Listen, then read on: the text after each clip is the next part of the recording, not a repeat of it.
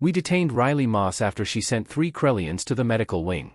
Later, when we reviewed the security recordings, it became clear they never had any real chance. I have worked security at the Galactic Military Academy for 6 cycles now. 6 full cycles. During that time, I have seen Victorian berserkers frothing at their mandibles. I have watched Torvan shock troops rip reinforced doors straight from their frames. I once observed a Quillan diplomat physically rupture from stress during final evaluations. But never, and I mean never, had I encountered anything as unsettling as the human brought into Detention Block 7 that evening. Her name was Riley Moss, 22 years old according to her file. She had brown hair tied back in what humans refer to as a ponytail, though I still do not understand what aquatic animals have to do with hair. She was average height for her species, which meant she barely reached my chest plating. She wore the standard academy jumpsuit, torn at one shoulder and marked with what I sincerely hoped was not her own blood. 3 guards escorted her down the corridor. Escorted, may be overstating it. It was more like they moved beside her while she walked calmly, her hands cuffed behind her back. She was whistling, actually whistling, a sharp, irritating human melody that echoed along the metal walls and made my antennae twitch in irritation. "Stop that noise!" Sergeant Ree snapped. He was a Krellian, his scales already flushed with that familiar shade of irritated purple. He shoved her toward Processing Station 3, without much care. Riley stopped whistling. She looked at him with completely calm eyes, smiled, and said, "No problem, sir. Would you rather I hum?" The sarcasm was unmistakable. It seemed to pool on the floor. I had to suppress a laugh, which would have been extremely unprofessional under the circumstances. This small human female who probably weighed no more than 60 kilograms, had reportedly put 3 Krellian cadets into the medical wing. Krellians. The species from a high-gravity world. The ones with natural armor and retractable combat claws.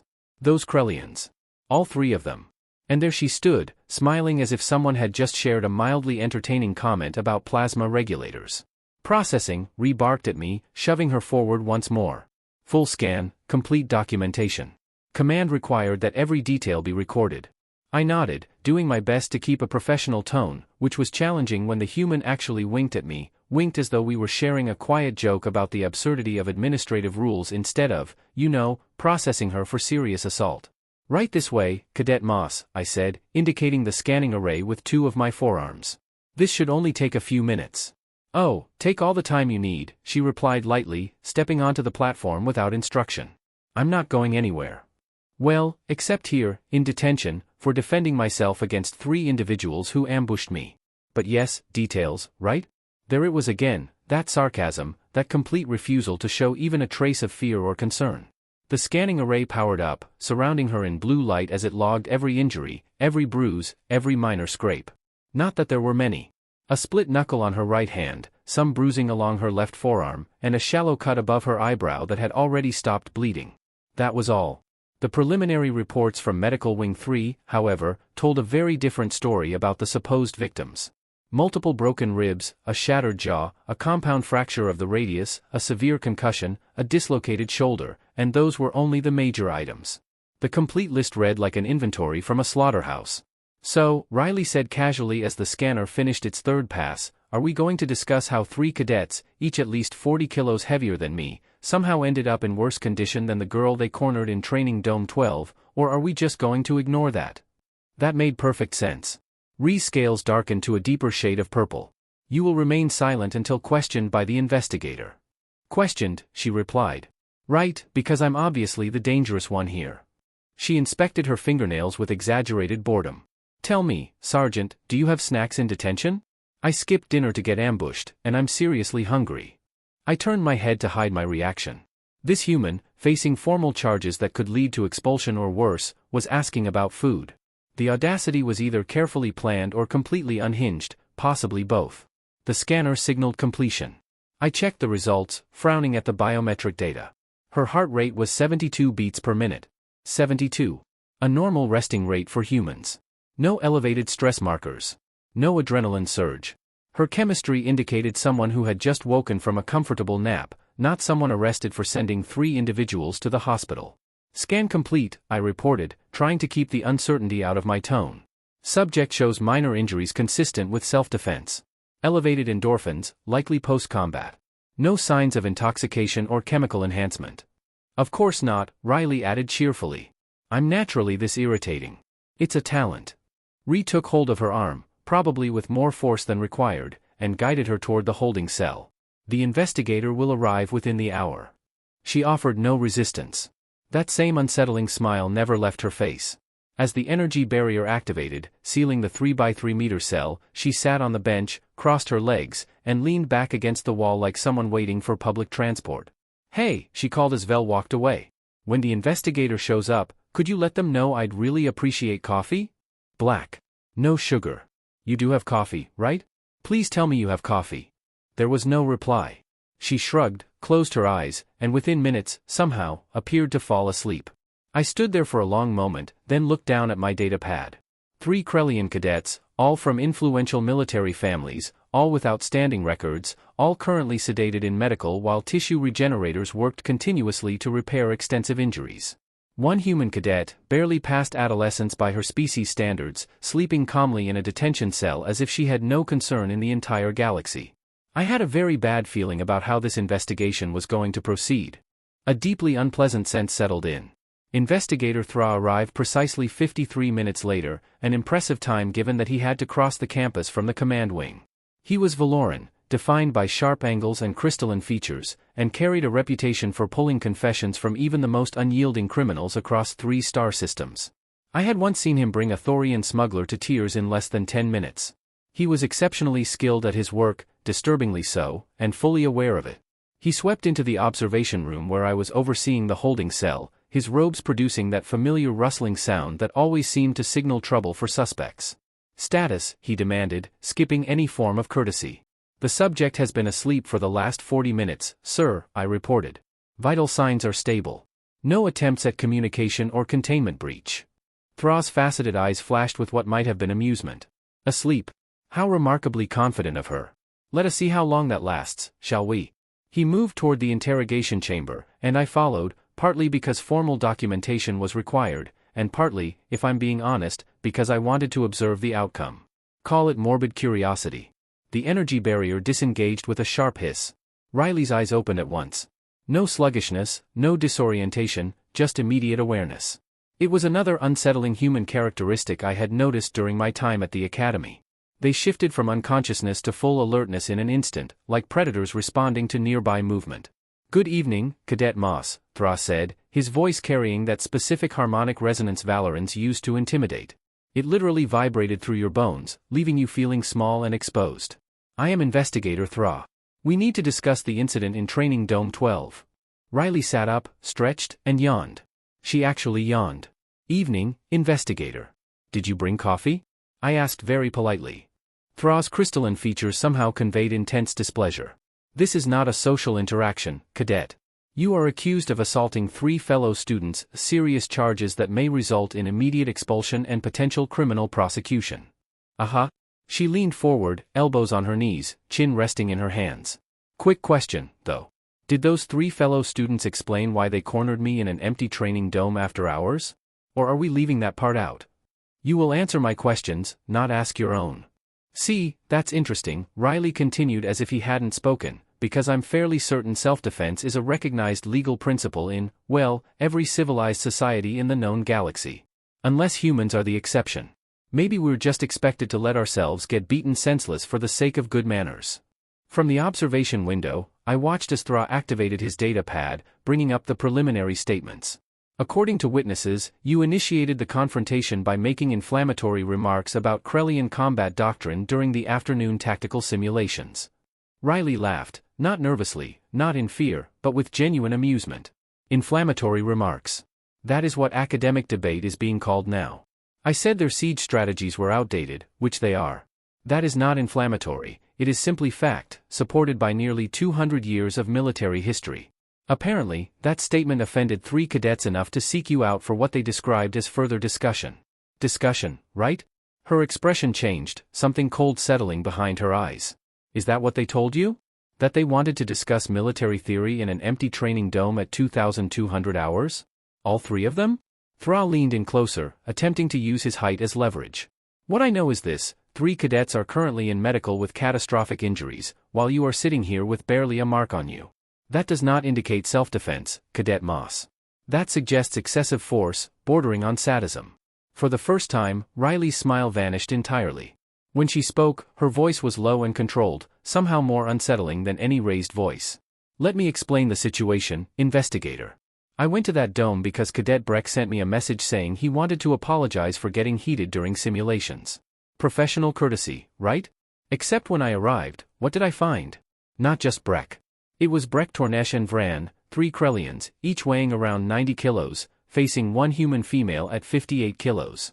She rose slowly and with intent. They fanned out using standard group tactics. Bree began with the familiar posturing, claiming that humans had no place in legitimate military organizations, that we were too soft and too fragile, that Earth should have remained isolated in its small section of space. Then Tornash shifted to block the exit. I felt my breathing unit constrict. This was not aligning with the version command had been given.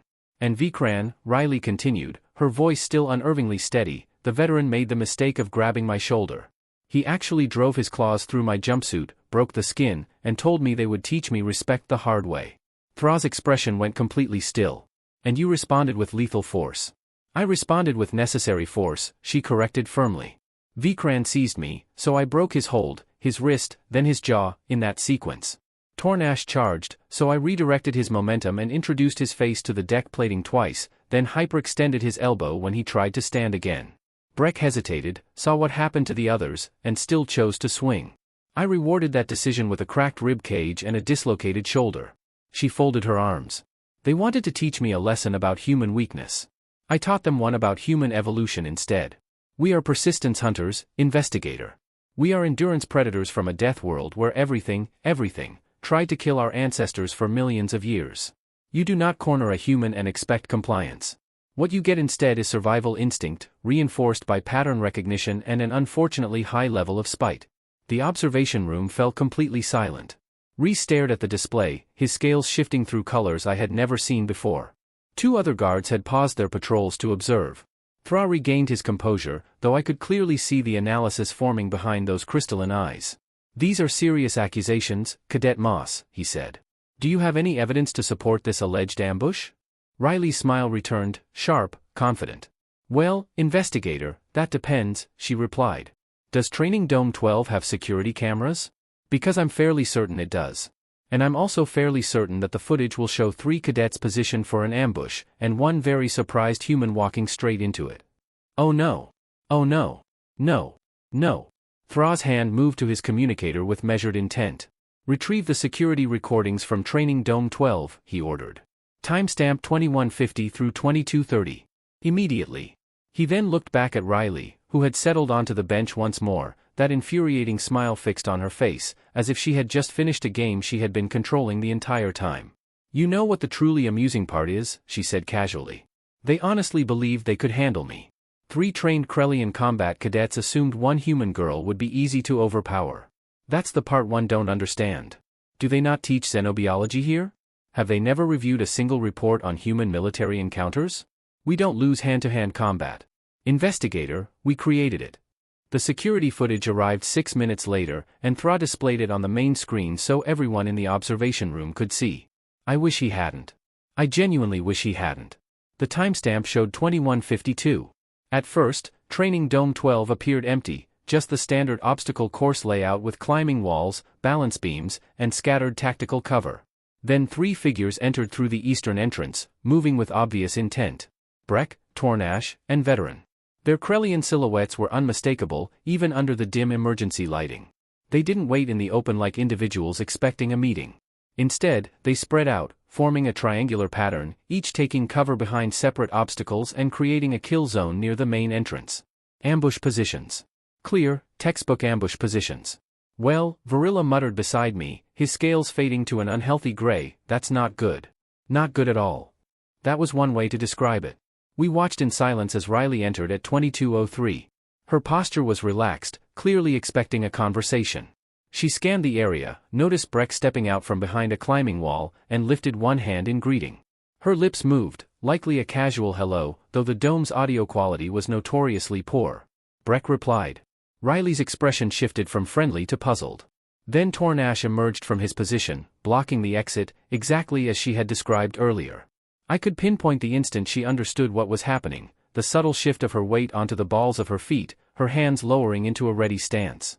Veteran attacked from her blind side, claws extended. He seized her shoulder, and even through the grainy footage, I could see his claws tear through the fabric of her jumpsuit. What followed lasted approximately 4.3 seconds. I know this because Thra replayed it 7 times, and I counted. Riley moved in a way I had never witnessed outside of elite combat recordings.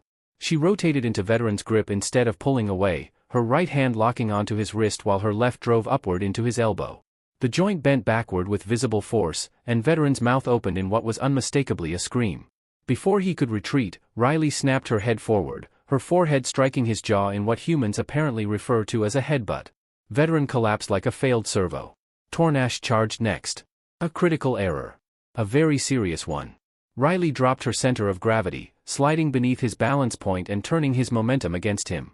She trapped his leading leg, lifted, and slammed him face-first into the dome floor with such force that I swear I saw the impact ripple through the footage. He tried to push himself up, still dazed, but she was already on his back. Her arm was locked around his in a hold that looked incorrect, until his elbow suddenly bent in a way elbows clearly are not meant to bend. His scream must have been intense, because Breck actually paused, frozen for nearly 2 full seconds. Those 2 seconds were clearly enough for Riley to make a choice. She released Tornash, who collapsed while clutching his destroyed arm, and then turned toward Breck with an expression that made my secondary heart falter. It was not rage, and not even anger. It was more like calm, resigned resolve, the look of someone carrying out an unpleasant but necessary task. Breck raised his claws, attempted a standard Krellian combat stance, and launched a strong but obvious strike. Riley avoided it with minimal movement, stepped inside his guard, and delivered 3 fast blows to his torso. They were precise strikes, aimed at the gaps in Krellian natural armor with unsettling anatomical accuracy. I heard Breck's ribs crack through the security feed. He staggered backward, trying to shield his injured ribs. Riley simply advanced, seized his extended arm, and twisted. His shoulder came out of the socket with a motion that appeared almost gentle, until you considered the force required to dislocate a Krellian shoulder joint. Breck fell. The entire fight, from Kran's initial grab to Breck hitting the floor, lasted 21 seconds. 21 seconds to completely dismantle 3 trained combat cadets who outweighed her by a combined total of about 100 kilos. Riley stood still for a moment, breathing hard but evenly, looking down at the 3 Krellians with an expression I could not fully interpret. Then she stepped over Vetran, walked to the communications panel, and calmly requested medical assistance before sitting on a bench to wait. The footage stopped. No one spoke. Thra brought up the medical reports on a secondary display, and with the added context, they looked even worse. Vetran's wrist was not merely broken, it was shattered in 3 locations, with compound fractures requiring surgery. His jaw had 2 complete breaks and 4 fracture lines. Estimated recovery time, 6 weeks with regenerative therapy. Tornash suffered severe facial injuries, including a broken nose, a fractured orbital socket, and a completely destroyed elbow that required full reconstruction. He also sustained a level 3 severe concussion. Minimum recovery time, 8 weeks. Breck's injuries were almost clinical in their accuracy. For broken ribs, 1 fully cracked sternum, and a shoulder dislocation so extreme it damaged surrounding ligaments and tendons. Recovery time, 7 weeks. She knew exactly where to strike, Thra said quietly, his voice stripped of its earlier confidence. Every blow targeted a specific weakness in Krellian anatomy, the ribs between armor plates, the elbow joints, the jaw structure. This wasn't uncontrolled violence. It was applied knowledge. I pulled up Riley's academic file on my datapad, scanning her records. She ranked at the top of her class in xenobiology and comparative anatomy. She had earned perfect scores on the Krellian physiology exam last term. She also held advanced certifications in 5 different human martial combat systems. Of course she does, Rhys said, sounding as if he wanted to crawl into a waste recycler and disappear. Of course the human we detained for excessive force is literally an expert in how to efficiently dismantle every species in the academy. Fra turned to observe Riley through the window. She had fallen back asleep, or at least closed her eyes, entirely unconcerned with the disorder surrounding her case. The humans have a saying, I said, recalling something a human instructor had mentioned during orientation. Do not start fights you cannot finish. Those 3 cadets started a fight with a Deathworld predator who has spent her entire life learning how to finish fights. A predator, Train repeated slowly. You're calling a 60-kilo academy student a predator? Did you watch the same footage I did? I gestured to the screen, frozen on Riley's final strike against Breck. She did not hesitate, panic, or freeze. She evaluated 3 opponents, calculated the most efficient sequence to neutralize them, and carried it out with almost no wasted motion. That is not how prey species engage in combat. Investigator, that is apex predator behavior. Another guard, a quell named Cirque, who rarely spoke during duty, cleared his throat, clearly uncomfortable. My cousin served on a joint task force with human marines during the Caldrith conflict, he said. Watching humans fight was like seeing physics professors calculate trajectories in real time while setting everything ablaze. Efficient, relentless, and genuinely frightening. Thra studied the medical reports for a long moment, then the security footage, and finally the human sleeping inside the detention cell. I could see the reasoning forming behind his eyes, the moment he understood that he had entered this interrogation expecting to dismantle a violent offender, only to discover a student who had defended herself with precise, textbook execution against a 3-on-1 attack. "Get me command," he said at last, his tone resigned. "Get me command immediately, and have someone begin drafting a formal apology before this becomes any worse than it already is." "Worse?" Mel asked. "How could this possibly get worse?" Thra gestured toward Riley's file on the display. "Her emergency contact is Captain Nathan Moss, commanding officer of the human Navy vessel Indomitable, currently patrolling near this sector. He is her father. We have detained, interrogated, and effectively accused the daughter of a human military captain of criminal assault, when she was clearly the victim of a coordinated attack." "Oh," Mel said quietly. "Oh no." Commander Draxus arrived 12 minutes later, moving faster than I had ever seen a Valoran move without an active emergency. Behind him came Dean Salvage, the Academy's chief administrator, her Centauran features contorted into an expression best described as pure dread. Bringing up the rear was Ambassador Quen, the Galactic Council's official liaison to Earth, whose presence confirmed that the situation had escalated from serious to potentially disastrous in record time. "Tell me," Draxus said without introduction, his voice reverberating against the observation window, "that we did not just arrest a human for acting in self-defense. Please tell me that is not what happened here." To his credit, Thra did not attempt to redirect or justify the situation. He simply replayed the security footage. We watched it again. It did not improve on the 8th viewing. "Holy void," Dean Salvage whispered. "They attacked her 3 against 1, and it was planned. This is not a disciplinary issue. This is attempted assault, possibly attempted murder, depending on intent." Ambassador Quen went completely still, all 6 eyes locked on the display. "How long has she been in detention?" I checked my chronometer. 2 hours and 17 minutes, sir. 2 hours. His translator implant somehow carried disappointment despite its flat, mechanical tone. "You have confined the daughter of Captain Nathan Moss in a holding cell for more than 2 hours while his vessel is less than 4 light-years from this station." The air in the observation room seemed to grow noticeably colder. Commander Draxus pulled data onto his personal pad, and I watched his skin shift through several colors, likely signs of extreme stress. Captain Moss commanded the human fleet detachment during the siege of Braxton 4. One ship held off a Krell assault force 3 times its size for 14 hours until reinforcements arrived. 14 hours. The Krell lost 42 ships. The Indomitable took 73% casualties and continued to fight. "Humans do not surrender," Ambassador Quen said quietly. "It is not a cultural value for them. It is a species-wide instinct. Cornering them, threatening them, or targeting their family members does not lead to compliance. It leads to escalation." Salvash was rapidly reviewing data on her own terminal. The 3 Krellian cadets. Breck is the nephew of Admiral Kreneth. Torres's father sits on the Krellian High Command. Beckein's family holds a majority share in Krellian military shipyards. "Excellent," Draxus said. The sarcasm was unmistakable. "So, we have 3 politically connected cadets who ambushed and attempted to assault the daughter of a human war hero, and our response was to detain the victim. Does anyone have any good news? Anyone?" Silence. "The human has been very polite," I offered, without much confidence. "She asked for coffee." 5 sets of eyes turned toward me. "She did what?" Ambassador Quen asked. "Asked for coffee?" "Black. No sugar." "She has remained very calm throughout the situation. Almost disturbingly calm." Quen let out a bitter laugh. "Of course she is calm. She knows exactly how this will end. Humans have many traits, but ignorance is not one of them. She defended herself. She knows the recording will clear her, and she knows her father's ship is close enough to reach this station in under 6 hours if he decides we have violated his daughter's rights." Draxus turned to Thra. "What did you say to her during the interrogation? Please tell me you didn't threaten her with expulsion or criminal charges." Thra's crystalline features looked sheepish. I may have mentioned both, she admitted, possibly implying serious legal consequences. Outstanding. Absolutely outstanding, Draxus muttered, pressing his hands to his face in frustration. So, let me get this straight. We arrested her, held her in detention, refused her basic refreshments, and threatened criminal charges simply for defending herself against a 3-on-1 assault by cadets who outweighed her significantly. Is that correct? That does seem to summarize the situation. Yes, sir, Drain confirmed. Dean Salve was typing rapidly. I'm pulling up the Galactic Military Academy Charter now.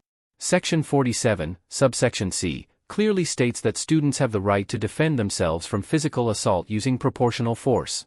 Considering the difference in numbers and size, her response falls well within those parameters. Proportional? Real muttered skeptically. She put all three in medical for weeks. They attacked her 3-to-1, in an isolated location. By Galactic Council standards, she would have been justified in using lethal force, Ambassador Quen countered firmly. Krellian assault doctrine targets isolated prey. She recognized the pattern and acted accordingly. The fact that they survived speaks to her restraint, not excess. That perspective hadn't occurred to me, Draxus admitted. Riley could have killed them. Humans study xenobiology like other species study art, they know vital points on every major species. She chose to incapacitate rather than terminate. Draxus opened the comm system. Get me a direct line to the indomitable priority diplomatic channel. Sir, Salvash said cautiously, what exactly are you planning to tell Captain Moss? The truth, Dean. I will tell him the truth, apologize profusely, and hope human military protocol allows for accepting apologies from incompetent administrators who briefly imprisoned his daughter for refusing to be a victim. He will be very angry. Yes. Yes, he will, Ambassador Quen acknowledged. That's why we are going to release her immediately, drop all charges, transfer those 3 Krellian cadets to disciplinary review, and offer Cadet Moss any compensation she deems appropriate for this catastrophic failure of basic justice. Draxus cleared his throat. Should someone tell her she's being released? We all watched Riley through the observation window, still asleep on the detention bench, probably dreaming about coffee, or maybe imagining new ways to efficiently deal with anyone who annoyed her. I'll do it, I said, surprising even myself. I had been the most polite to her so far. Maybe she wouldn't make me regret it. Unlikely, VL replied, but good luck anyway. I stepped into the detention cell, trying to adopt an apologetic posture, though I wasn't sure humans could read Quell body language. The moment the energy barrier dropped, Riley's eyes snapped open. She sat up with that same alertness and a slight smile. Let me guess, she said before I could speak. Someone saw the security footage, realized you were telling the truth, and now everyone's scrambling to avoid an intergalactic incident. How did she know? How could she possibly know? I wondered. Yes, essentially correct, she confirmed. I managed. Cadet Moss, on behalf of the Galactic Military Academy, I sincerely apologize for your detention. All charges have been dropped. You are free to go. She stood and stretched, joints cracking satisfyingly. Apology accepted. Did someone finally tell Commander Draxus my dad's ship is in the area? I figured that would speed things along. Your lack of concern makes a lot more sense now, I admitted. You knew we'd figure it out eventually. Of course, she said. I have security footage, physical evidence, and 3 idiots who thought they could jump the daughter of a decorated military officer. This was only ever going to end one way. She walked past me toward the exit, then paused. Although, I'm still annoyed about the coffee situation. That was just rude. Fair point, I said. As we returned through the detention corridor, we passed VL. He looked like he wanted to apologize but couldn't find the words. Riley gave him a cheerful wave. No hard feelings, Sergeant. You were just doing your job, doing it badly, but still. Her sarcasm seemed to cling to her like a personal weather system. Commander Draxus waited in the main security office, flanked by Dean Salvash and Ambassador Quinn. He stood to his full height, impressive for a Valoran, and began what was clearly a prepared statement. Cadet Moss, I cannot express enough how deeply I regret this miscarriage of justice. The Academy failed you tonight, and I take full responsibility. Cool, Riley said. Can I get that in writing for my academic file? Also, what's happening with the 3 cadets who actually committed assault? SVAS stepped forward. They are being transferred to disciplinary review. Pending investigation, they will likely face expulsion, criminal assault charges, and potential civil suits from both you and the Academy. Their families had already been notified. Good. Riley's expression hardened slightly. She wanted it clear that she would not tolerate being treated as an experiment for anyone's theories about human fragility. We evolved on a planet that spent millions of years trying to kill us. We are not weak. We are not soft. And we certainly do not go down easily. Message received, Draxus said quietly. Is there anything we can do to make amends for tonight's events? Riley pretended to consider it. Coffee would be nice. Also, maybe update the Academy's self-defense protocols to make it clear that students have the right to protect themselves without being arrested immediately. That seems important. Both will be implemented immediately, Svash promised. Ambassador Quinn stepped forward, speaking through his translator, giving his words a formal weight. Cadet Moss, I apologize on behalf of the Galactic Council. This situation should never have happened. Your restraint tonight reflects well on your character and your training. My restraint? Riley looked genuinely puzzled at first, then realization dawned. Oh, you mean because I didn't kill them? Yeah, she added casually. Killing fellow students over a stupid ambush would have created way more paperwork than just breaking a few bones. The nonchalant way she described deliberately choosing not to commit murder, as a matter of convenience, sent a chill through my secondary nervous system.